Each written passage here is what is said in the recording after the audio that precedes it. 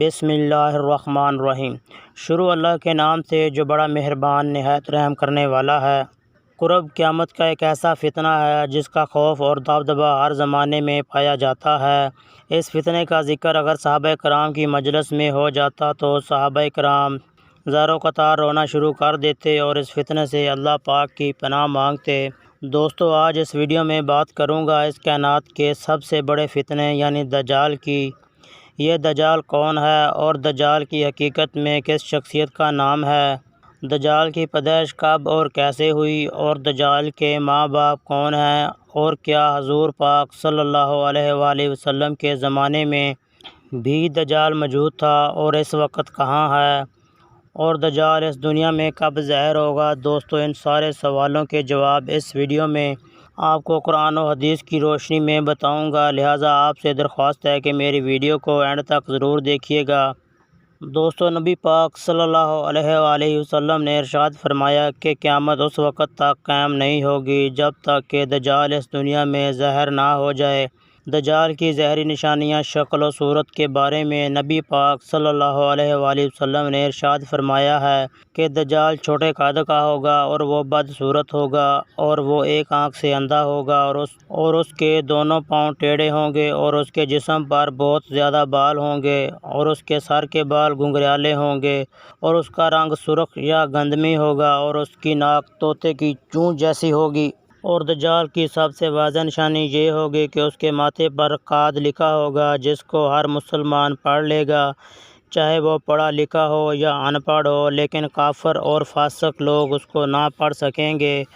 دوستو، دجال اس دنیا میں ظاہر ہوگا تو لوگوں کے سامنے وہ پرہیزگار بن کر رہے گا تاکہ لوگ زیادہ سے زیادہ اس کی پیروی کریں، لیکن اندر سے وہ کافروں کی طرح ظلم کرے گا۔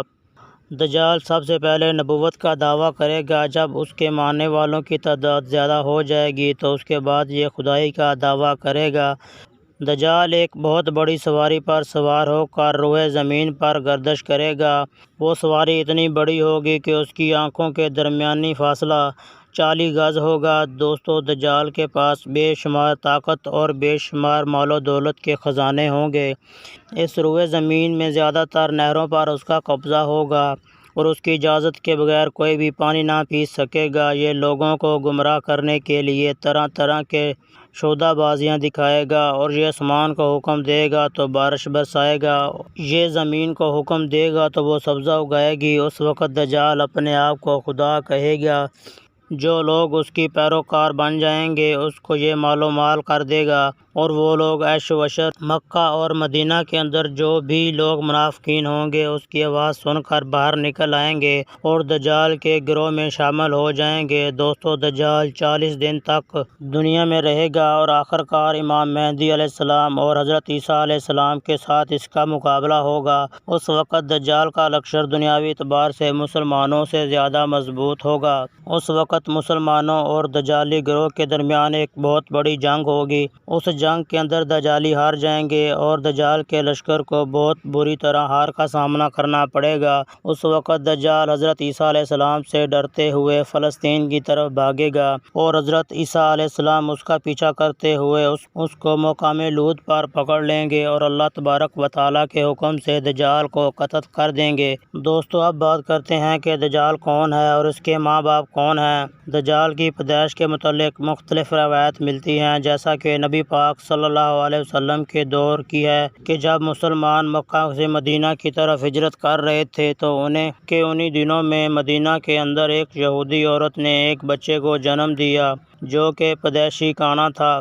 پیدائش کے اعتبار سے یہ بچہ بہت عجیب و غریب تھا۔ بچپن میں ہی یہ بچہ مدینہ کے اندر بچوں کے ساتھ کھیلا کرتا تھا اور آہستہ آہستہ یہ بچہ مدینہ کے اندر مشہور ہونے لگا اور مدینہ کے اندر اس نے اپنے اوپر وحی آنے کی دعویٰ کر دیا اور یہ بچہ لوگوں کے ساتھ عجیب و غریب اور پراسرار باتیں کرنے لگا۔ جب اس کی ماں کو یہ علم ہوا تو وہ اس کی ماں حضور پاک صلی اللہ علیہ وسلم کی خدمت میں آئی اور اپنے بیٹے کا سارا حال بیان کیا اور اس بچے کی ماں حضرت محمد صلی اللہ علیہ وسلم سے گزارش کرنے لگی کہ اس بچے کا معائنہ کریں کہ یہ کیا کر رہا ہے۔ ایک دن صحابہ کرام کے امراء اس بچے کا معائنہ کرنے کے لیے اس کے گھر کی طرف روانہ ہوئے تو آپ نے راستے میں اس بچے کو انصاری بچی کے ساتھ کھیلتے ہوئے دیکھا۔ اس بچے کا نام ابن سعد تھا۔ اس وقت آپ صلی اللہ علیہ وآلہ وسلم کے ساتھ عمر بن خطاب رضی اللہ تعالیٰ عنہ اور دیگر صحابہ کرام موجود تھے۔ اس وقت ابن سعد بلغوت کے قریب تھے لیکن جوان نہیں ہوا تھا۔ آپ صلی اللہ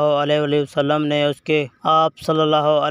وسلم اس کے قریب گئے لیکن اس کو پتہ نہ چلا تو آپ صلی اللہ علیہ وآلہ وسلم نے اس کی کمر پر ایک ضرب لگائی اور ابن سعد سے فرمایا کہ کیا تم گواہی دیتے ہو کہ میں اللہ کا رسول ہوں؟ تو ابن سعد نے آپ صلی اللہ علیہ وسلم کی طرف دیکھا اور کہا کہ میں گواہی دیتا ہوں کہ آپ اللہ کے رسول ہیں۔ پھر ابن سعد نے آپ صلی اللہ علیہ وآلہ وسلم سے کہا کہ آپ گواہی دیتے ہیں کہ میں اللہ کا رسول ہوں؟ تو آپ صلی اللہ علیہ وسلم نے فرمایا کہ اسے چھوڑ دو، اگر یہ سچا ہے تو اسے قتل نہیں کر سکتا، اگر یہ جھوٹا ہے تو اسے قتل کرنے میں کوئی بھلائی نہیں۔ دوستو، مدینے کے لوگ ابن سعد کے بارے میں کہا کرتے تھے کہ بعض شیاطین اس کے پاس آتے اسے عرش الہی کی خبریں دیا کرتے تھے، جبکہ آپ صلی اللہ علیہ وآلہ وسلم نے ابن سعد کے بارے میں سکونت اختیار کی تھی کیونکہ آپ صلی اللہ علیہ وسلم کی طرف سے یہ وحی نہیں کی گئی تھی۔ ابن سعد کی حقیقت کیا ہے؟ جبکہ بعض لوگ ابن سعد کو ہی دجال مانتے ہیں اور چند صحابہ کرام کا بھی یہی خیال تھا، اور دوسری روایت میں ملتا ہے کہ حضرت عمر رضی اللہ تعالیٰ عنہ آپ صلی اللہ علیہ وسلم کے سامنے ابن سعد کو دجال کہا کرتے تھے، لیکن آپ صلی اللہ علیہ وآلہ وسلم نہ ہی اس بات کا اقرار کرتے اور نہ ہی انکار کرتے۔ دوستو، ابن سعد کے اندر ایسی بہت ساری نشانیاں موجود ہیں جو کہ ہو بہو دجال کی نشانیاں تھیں۔ یہی وجہ ہے کہ اس دور کے اندر صحابہ کرام بھی ابن سعد کو ہی دجال کہا کرتے تھے، اور بعض مفسرین کا یہ کہنا ہے کہ دجال ابن سعد ہی وہ شخص ہے جو قیامت کے قریب دجال بن کر ظاہر ہوگا۔ حضرت ابو سعید خدری رضی اللہ تعالیٰ عنہ بیان کرتے ہیں کہ ابن سعد مجھ سے کہنے لگا کہ میں دجال کے ماں باپ کو جانتا ہوں اور دجال کو بھی جانتا ہوں۔ تو اس وقت حضرت ابو سعید خدری رضی اللہ تعالیٰ عنہ نے سعد سے کہا کہ کیا تو اس بات کو پسند کرتا ہے کہ تو ہی دجال ہو؟ تو اس وقت ابن سعد نے کہا کہ اگر مجھے دجال بنایا گیا تو میں اس بات کو ناپسند نہیں کروں گا کہ میں دجال بنوں، یعنی کہ میں دجال بننا پسند کروں گا۔ دوستو، بعض مفسرین کا کہنا ہے کہ ابن سعد دجال نہیں ہے کیونکہ یہ بعد میں آپ صلی اللہ علیہ وسلم پر ایمان لے آیا تھا، بلکہ دجال حضرت سلیمان علیہ السلام کے دور میں جنات اور انسانوں کے ملاب سے پیدا ہوا۔ اس کے ماں باپ کو قتل کر دیا گیا اور دجال کو جنزیروں کے اندر قید کر دیا گیا، اور انسان اور جنات کے ملاب سے یہ پیدا ہونے والا بچہ یعنی دجال آج بھی ان جنزیروں پر قید ہے، اور اس کے ساتھ ساتھ شیطان اس کو ہر بات وحی پر خبر دے کر آتا ہے۔ دجال کی پیدائش کے بارے میں حضرت امام زرقادری رحمۃ اللہ علیہ بیان کرتے ہیں کہ دجال وہ فتنہ ہے جس کو اللہ تبارک و تعالیٰ نے اس وقت پیدا فرمایا جس وقت حضرت آدم علیہ السلام کو جنت سے نکالا گیا اور دجال کو بنا ماں باپ کے پیدا کیا گیا۔ دوستو، حقیقت تو یہ ہے کہ دجال قیامت کے قریب ہوگا، اور اس کی جو نشانیاں ہوں گی وہ آپ صلی اللہ علیہ وسلم کی حدیث میں واضح طور پر مل جاتی ہیں، لیکن یہ دجال کہاں ہے اور کہاں سے آئے گا اور یہ کیسے پیدا ہوا، اس کے ماں باپ حقیقی طور پر کون ہے، اس بارے میں کسی کو علم نہیں۔ اگر ویڈیو اچھی لگے تو آخر میں درود شریف ضرور پڑھیے گا۔ جزاک اللہ۔